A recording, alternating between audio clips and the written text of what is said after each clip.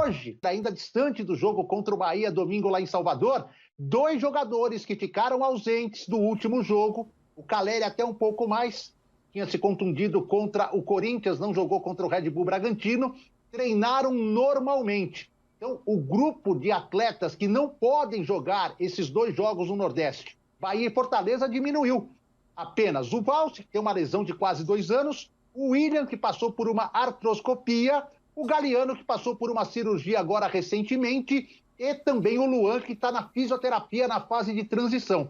Calleri à disposição, Nestor à disposição. O Nestor eu acho que vai ficar como opção, mas o Calleri, o Rogério pode mexer bem essas peças. Ele pode colocar o Calleri como um terceiro atacante, tirando o Léo, que jogou como terceiro zagueiro. Pode substituir o Luciano, que não vem tão bem assim, e formar uma dupla de argentinos com Rigoni e Calleri. Ou pode até, pela questão física, deixar o Calleri no banco para uma eventualidade no decorrer da partida contra o Bahia e para ele se condicionar melhor e jogar, quem sabe, como titular contra o Fortaleza. Então o Rogério ganha muitas opções para formar o seu time nessa partida do próximo domingo. Por falar em reforços, tem meu caro Felipe, que se ele estivesse jogando, estivesse nesse momento no CT como está, certamente o torcedor estaria sorrindo. Pena que a carreira dele já acabou, mas ele está fazendo um estágio no São Paulo com o Rogério Ceni.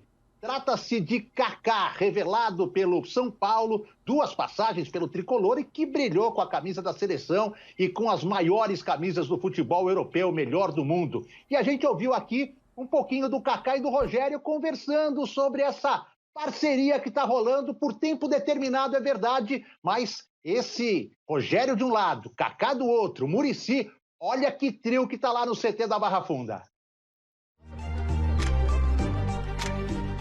Hoje eu estou numa fase de estudo, realmente. Estou no meu 4º curso de gestão esportiva, que é uma área que eu mais gosto. Estou no meu 1º como de treinador. Então, esse curso de treinador é mais para eu entender um pouco, se eu for um gestor, como que é, né? Cuidar de um treinador. O próximo treinador, depois que eu sair daqui, ele já vai vir assumir o São Paulo. Mas é uma profissão complicada, mas acho que se aprende muita coisa, é uma escola de vida também, acho que é muito importante. Eu acho que ele tem mais área de gestão, ele sempre foi um cara muito bonzinho, muito educado, mais educado que eu, um menino bom, mas se ele resolver entrar nessa profissão como treinador, eu acho que é legal, amadurecer bastante, tentar ter o máximo de experiências possíveis para errar o mínimo possível quando iniciar a carreira. É isso. Muito bem. Olha só, hein, Felipe? Fala, Edu. Kaká, se resolver ser treinador, pode pintar no São Paulo. E lá na base tem só o Alex. É bem servido no futuro São Paulo ou não? Pelo menos de grandes nomes que em campo entregavam, estão começando nova. Não é simples essa mudança, mas eu concordo com o Rogério Ceni. Eu vejo o Kaká mais com cara de um gestor, um diretor esportivo. Assim como a gente viu o Edu, né? Eles têm um perfil parecido, até 2 caras que na Europa sempre tinham uma posição, até com o mercado na Europa. Cícero, Edu, obrigado pelas informações do Tricolor. A gente vai continuar falando aqui desse G6, G8. Você acha que esses dois têm punch para lutar por Libertadores?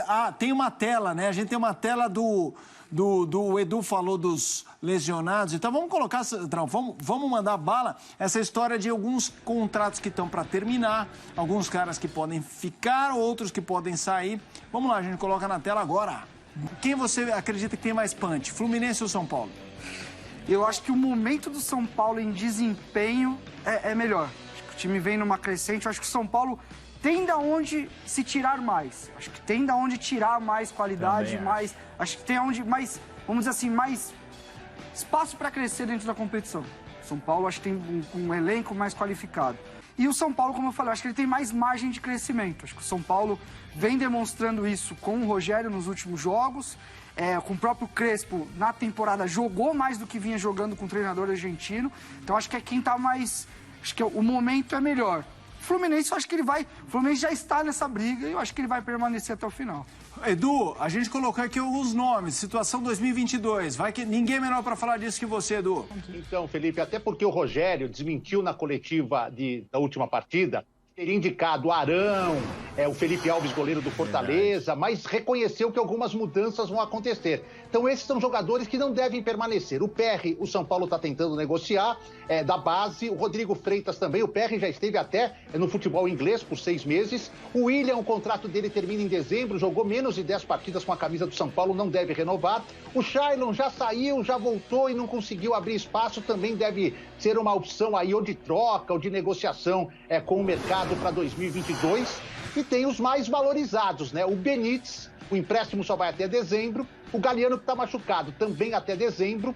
O Rojas, contrato até dezembro, depois que renovou, quase não jogou com a camisa do São Paulo. E aí a situação mais difícil de ser resolvida é a do Éder, porque ele tem contrato até o final do ano que vem, mas tem sido pouco aproveitado, o custo-benefício tem sido pequeno. Então o São Paulo tem que resolver algumas situações. O Rogério está ciente que vai perder alguns jogadores, que o grupo vai diminuir e ele vai ter que criar aí, com as opções oferecidas pelo São Paulo, principalmente de grana, um caminho, uma procura de jogadores que se encaixem no padrão dele de jogo e principalmente no padrão financeiro do São Paulo. Mesmo que o time vá para a Libertadores, a gente não deve esperar, sim, grandes contratações. Olha só, ouvindo conselhos de Rogério Ceni, que está fazendo uma carreira muito sólida, não é? Teve seus erros, como todo mundo tem. Não tem um profissional que não passe por experiências ruins. Mas o Rogério Ceni já é campeão brasileiro, fez um trabalho com Fortaleza belíssimo, já resgatou o São Paulo. Eu conversava até com meu irmão que estava no jogo São Paulo e Inter no final de semana e vendo ele disse, nossa, o São Paulo já tem triangulações de novo, o jeito de jogar, a maneira como os jogadores estão se movimentando em campo já é diferente. E é pouco tempo, hein? O Rogério tem muito pouco tempo de trabalho no São Paulo. Ah, mas conhece o São Paulo, é casa do Rogério, mas está aí com um grupo diferente e tudo mais. E o Kaká é um cara que a gente sabe que ele é extremamente estudioso, dedicado, uma pessoa que teve um planejamento de carreira muito bem feito, ele, os familiares, enfim.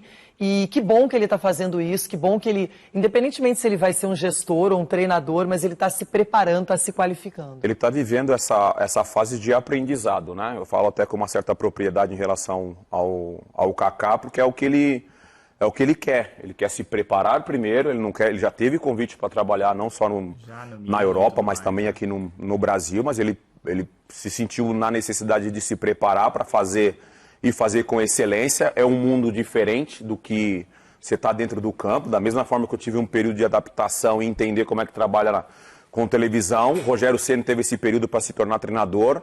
O Elano também está seguindo esse caminho, também se preparou e hoje é um treinador. O Kaká, a questão do técnico de futebol, ser treinador, não é a primeira opção dele, mas faz parte desse aprendizado para você gerir um grupo, enfim, estar à frente de algum clube grande.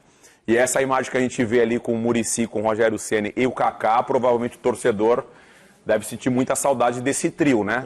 Um trio vencedor no São Paulo, e tomara que o Kaká, ele falou ali de 50 horas de aprendizado dentro do clube, onde você falou do Rogério Ceni, que é a casa dele, legal que é a casa do Rogério Ceni, que ele se sinta mais confortável para fazer com que o São Paulo jogue um bom futebol como vem fazendo agora, e principalmente, eu citei ontem aqui, resgatou o bom futebol dos mais jovens, né? Igor Gomes, Sara, enfim, tomara que o São Paulo consiga aí terminar pelo menos numa vaga de Libertadores aí para a temporada que vem. E aí, pessoal, volta do Kaká, né? A volta do Kaká, mas a atuação do Kaká junto à comissão técnica aí para passar 50 horas aí entendendo como é que funciona uma comissão técnica, qual o trabalho do técnico e tudo mais, chamou muita atenção, até porque, né, quem dera que a gente estivesse em forma em campo e com a camisa e manto sagrado do tricolor paulista, né não?